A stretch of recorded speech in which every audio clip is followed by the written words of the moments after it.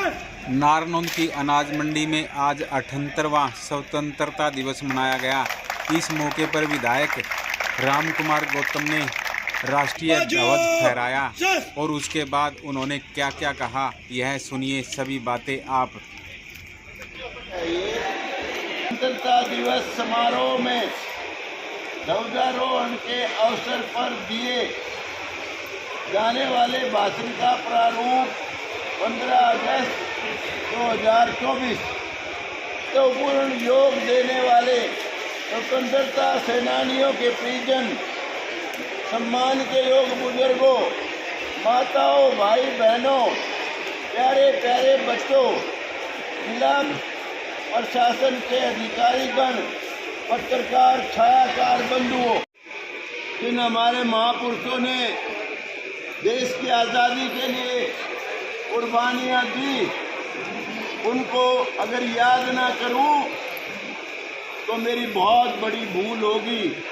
क्योंकि जो देश अपने महापुरुषों को, अपने वीर पुरुषों को याद नहीं करता, वो कौम कभी आज़ाद नहीं रह सकती। इसलिए आज के दिन मैं मंगल पांडे 1857 में, जिसने सबसे पहले आज़ादी की चिंगारी आज़ादी के लिए शुरुआत की थी, एक चिंगारी फेंक दी थी। सोने की चिड़िया कहलाता था। अनेक लुटेरे आए, इस देश को लूट लूट के ले गए। इस देश का उस समय ये हाल था। आज जो हमारा 84 रुपया और अमेरिका का $1 है, पुराने ज़माने में हमारा 1 रुपया होता था, उनका उतना ही $84 होते थे। इतना महान देश था हमारा। लेकिन हमारे देश को किसने उजाड़ा है? जात पात, ऊंच नीच, भेदभाव, छुआछूत, सबसे बड़ी बीमारी हमारे जो समाज में है, जो जिसने देश को गुलाम बना दिया। आपस का बैर भाव, अपना ही आदमी जाके बुला लेता था, अंग्रेज जी आओ हमारे पर राज करो, मेरे भाई को कत्ल कर दो। तो ये जो सबसे बड़ी बीमारी है, आप बच्चे हो, आपको विशेष तौर से कहता हूँ, बेटा जात पात में विश्वास मत करना। ये बहुत खतरनाक बीमारी है। हम सब का खून एक है, हमारी सब की जात एक है। इसलिए जात अगर कोई है तो सिर्फ 2 जाति हैं। अगर आपका सब सगा भाई भी बदमाश है तो उसकी अलग जात है, आपकी जात में नहीं मिलता। अगर कोई अच्छा इंसान है, किसी भी जाति का है, तो समझो वो आपकी बिरादरी का है। तो इसलिए जात पात पे विश्वास ना करना भाई, सबका खून एक है।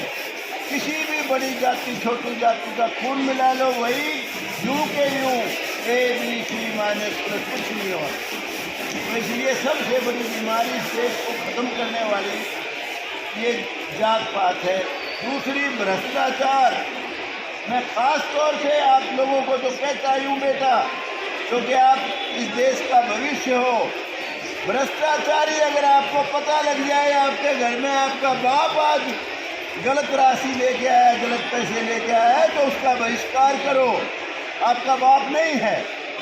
भ्रष्टाचार सबसे बड़ी खतरनाक बीमारी है। मैं जब सुनता हूँ यहाँ कहीं तहसील में या कहीं और भ्रष्टाचार के बारे में, या कहीं किसी भी जगह पुलिस में या और में, आम जन में भी, सब जगह करप्शन है, हर जगह कमीशन है, कहीं कोई यही कमीशन दे रहा है। तो ये जो बीमारी है, ये भी देश को ख़त्म करने वाली बीमारी है। इसके खिलाफ भी आप लोगों को लड़ना है। और मैं अधिकारियों को खास तौर से ये कहना चाहता हूँ, ऐसा काम करो। अभी मैं कह रहा था मेरे घर में तहसीलदार और तहसीलदार को, ऐसा काम करो भाई, जब आपका तबादला हो रोए लोग, यूं कहीं तहसीलदार क्यों गया, ये रहना चाहिए था, अच्छा इंसान है। पैसे ना कोई लेके आया, ना कोई लेके जा सकता है।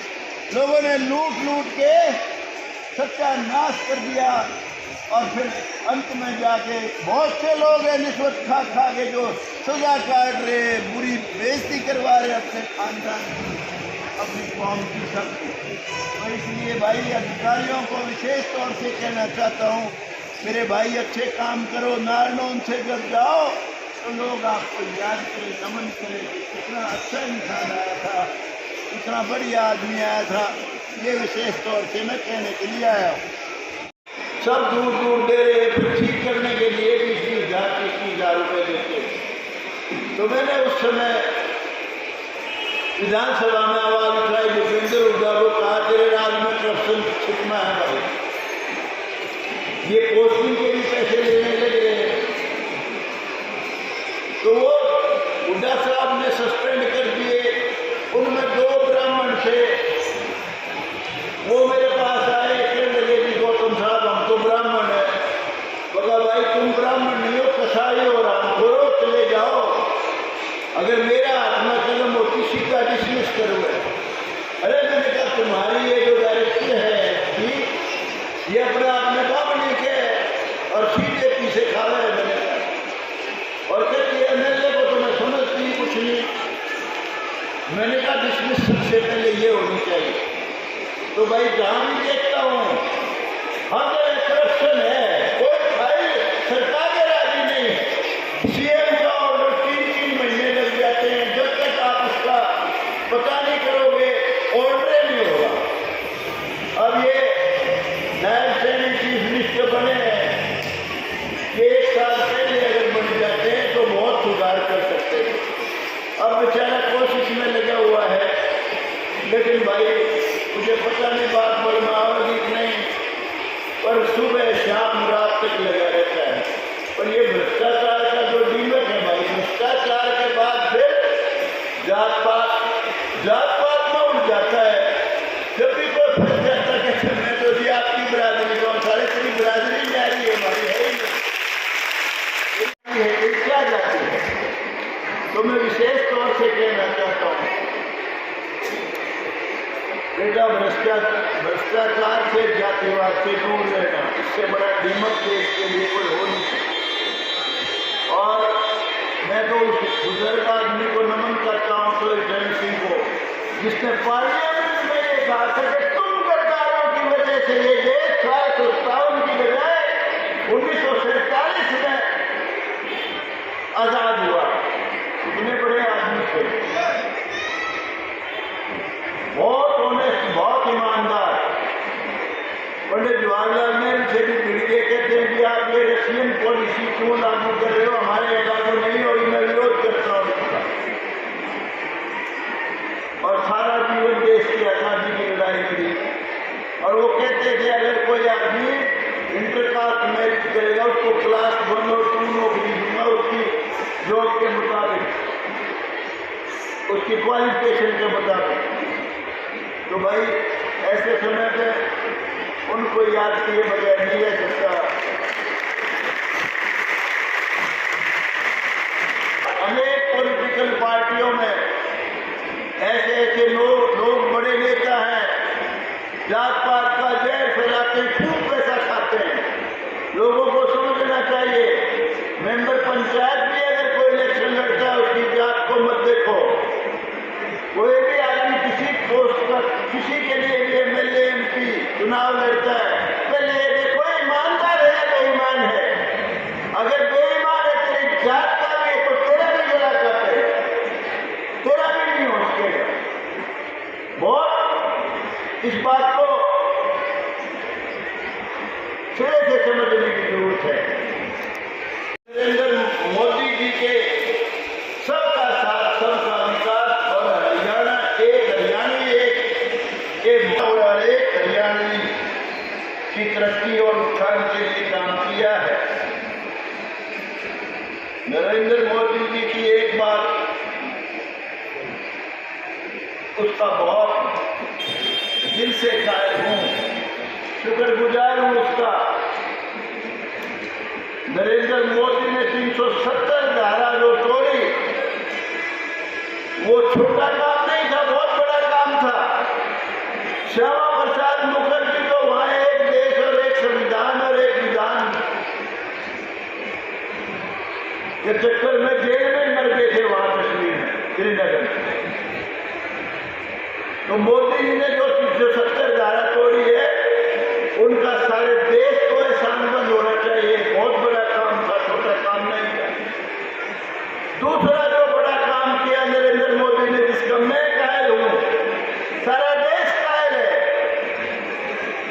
जो भगवान राम का मंदिर अयोध्या में बनाया है, बहुत बड़ा काम किया है, छोटा काम नहीं है।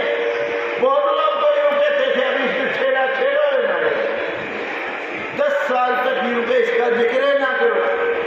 अरे राम का मंदिर अयोध्या में नहीं बनेगा तो कि मक्का मदीना में बनेगा। नरेंद्र मोदी जी ने ये भी बहुत बड़ा काम किया है। तीसरा काम जो उसने हमारी मुस्लिम बहन बेटियों के लिए किया है, ये विशेष तौर से जो खट्टर सरकार की जो अवैध कॉलोनियों को वैध किया, और अब सैनी साहब ने और भी ज्यादा सारियों का शायद सारी कॉलोनियां शायद वैध कर दी हो, कह रहे थे मेरे को। तो ये बहुत बड़ा काम है, छोटा काम नहीं है। क्या करते थे तहसीलदार, नायब तहसीलदार पैसे ले लेके रजिस्ट्री कर देते थे वहां जहां नहीं करनी चाहिए, और कंट्री टाउन प्लानिंग वाले भी पैसे खा जाते थे, और वो बेचारा अवैध कॉलोनी में मकान बना लेता था। मैंने खट्टर साहब को विधानसभा में कहा, तेरा रजिस्ट्री के पैसे सरकार ने कमाए, कंट्री टाउन प्लानिंग वाला पैसे खा गया, उसने बेचारे ने मकान बना लिया, तू तो बुलडोजर लेके उसको तोड़ता है, इतना बड़ा जुल्म ना कर नौलाल खट्टर।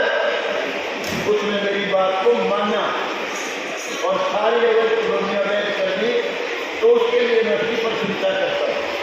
दूसरा जो उसने अच्छा काम किया था, ये जो पार्क बनाया था सुभाष चंद्र बोस के नाम पे, ये छोटा काम नहीं है। जो भाई एमएलए हॉस्पिटल जाता है वो देखता है रात को 12 बजे भी कोई भी आदमी कहीं का भी सैर कर सकता है, वरना बहुत बुरा हाल था। मेरे कहने से मैंने खट्टर साहब को कहा, लगा खट्टर साहब एमएलए को बन गया, उसने तनख्वाह भी मिल गई, सहूलियत भी मिल गई, लेकिन मगर उनके ड्राइवर धक्के खाते हैं, कई नालायक एमएलए ऐसे भी हैं जो उनको पैसा ही नहीं देंगे। मैंने कहा इनकी सीधी तनख्वाह कर 20,000, मेरी बात मान के उसने ड्राइवरों के जो एमएलए के ड्राइवरों की 20,000 रुपये सीधी खाते में कर दी। उसके लिए भी मैं काम कर दूँ, गरीब घरों के बच्चे ड्राइवर पीए को 15,000 दिया करके, मेरा कम से कम 20 कर दिया, वो भी कर दिया उसने, वो अच्छा काम करके गया। कुछ काम खट्टर साहब भी बढ़िया करके गए थे, नौकरी मेरिट से थी, ऐसे ऐसे गरीब घरों के बच्चे नौकरी लगे सकते थे, जीएसटी रैंक में, सब इंस्पेक्टर रैंक में, बड़ी बड़ी पोस्टों। ये एक अच्छा काम करके गए थे और बढ़िया काम किया था। दूसरा, जिसका सरकार को ध्यान देने की जरूरत है, खट्टर साहब समझते नहीं थे, कोई समझाओ उसने। मैं क्या करता विधानसभा में, खट्टर साहब कभी न कभी आपको भी एमएलए बन के बनना पड़ सके, सारी उम्र की फीस तो नहीं बने रहोगे, ये बता किसका दाल लग दे भाई। मैंने कहा वो चुन्नी बन गया, उसका कौन सोचेगा, और मगर सूट बैठ गया आपका भी, ये बता किसका दूध बैठ दे, मगर सम्मान किया करो, एमएलए का ही नहीं, आम जन का भी सम्मान किया करो।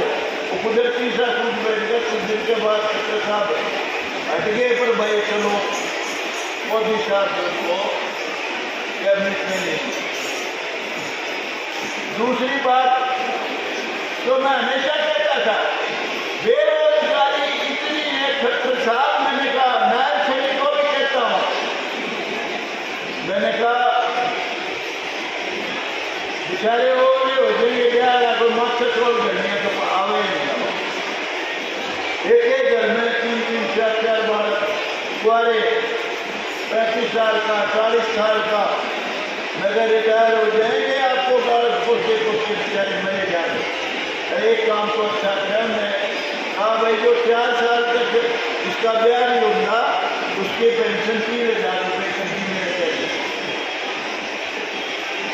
को भी कि भाई बेचारे को आपने नौकरी दे दी 15,000 की, 14,000 की, और पोस्टिंग कर दी नूह में,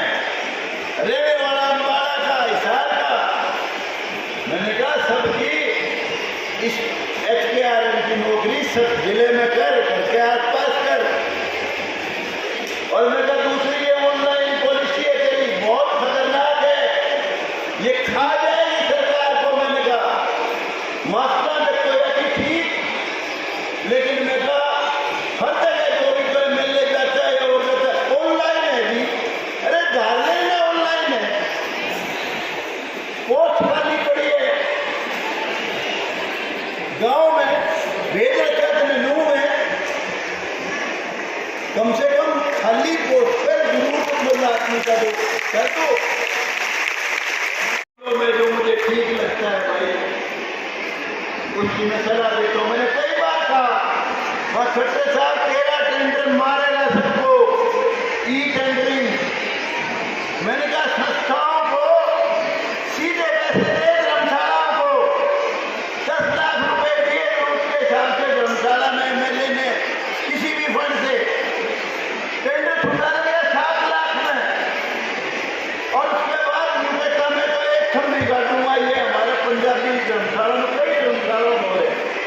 मैंने कहा जितने भी संस्थान है रजिस्टर्ड नहर सैनिक जो समझ में आ रही हो तो कहता मैं अभी जल्दी कर दूंगा, सीधा पैसा दो। ये बहुत ज्यादा हानिकारक है, ई टेंडरिंग मोस्ट डेंजरस। और सरपंचों को भी नहर सैनिक आते इनके लिए भी कोई रास्ता खोल दिया कि दूसरे गाँव में काम करते हैं। तो ये चीजें थी जो मैं आपको बताना चाहता था। हमने प्रशासन में मानव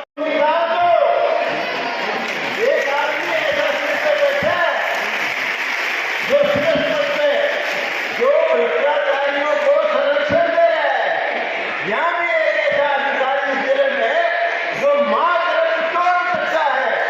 मैंने मुख्यमंत्री महोदय आपको कई बार कह दिया, इसको यहाँ से हटा दे, नई फुटे लाइन लगा दे। अगर भ्रष्टाचारी यहाँ बैठे रहे पद पे तो कुछ नहीं होगा। वो कहता है फलाना आदमी, क्या पता फलाना आदमी भ्रष्टाचारी हो गए। तो आप अगर दोबारा पावर में आना चाहते हो तो एक बात ध्यान रखना, सबसे पहले ये बताओ कि निजाम बदल चुका है, नायब सैनिक आ चुका है। जितने भी भ्रष्टाचारी लोग हैं जिले में, किसी भी जिले में हरियाणा में, उनकी सबकी छुट्टी कर दे, बेईमान लोगों को दर्जी दो। और ये इसमें मुझे कोई शक नहीं है, नायब सैनिक के लिए में कोई कसर नहीं है। लेकिन भाई जो काम कर रहे हैं वो तो आप हैंडीकैप करें होंगे हो, विश्वास नहीं आया। इसलिए मैं आपको ये सलाह दे रहा हूँ, किसी से भी जमीन से लोग आओ, खुद रात चलाओ, पता करो। हम कहते हैं जितने भी भ्रष्टाचारी लोग हैं सबको खुदे नहीं लगाओ, सुन लो, आप तुम्हारा भी करोगे। अगर आपने ऐसा नहीं किया तो दूसरी सरकार भूपेंद्र हुड्डा की होगी तो लोग नहीं सकेगा। अगर आप सुधार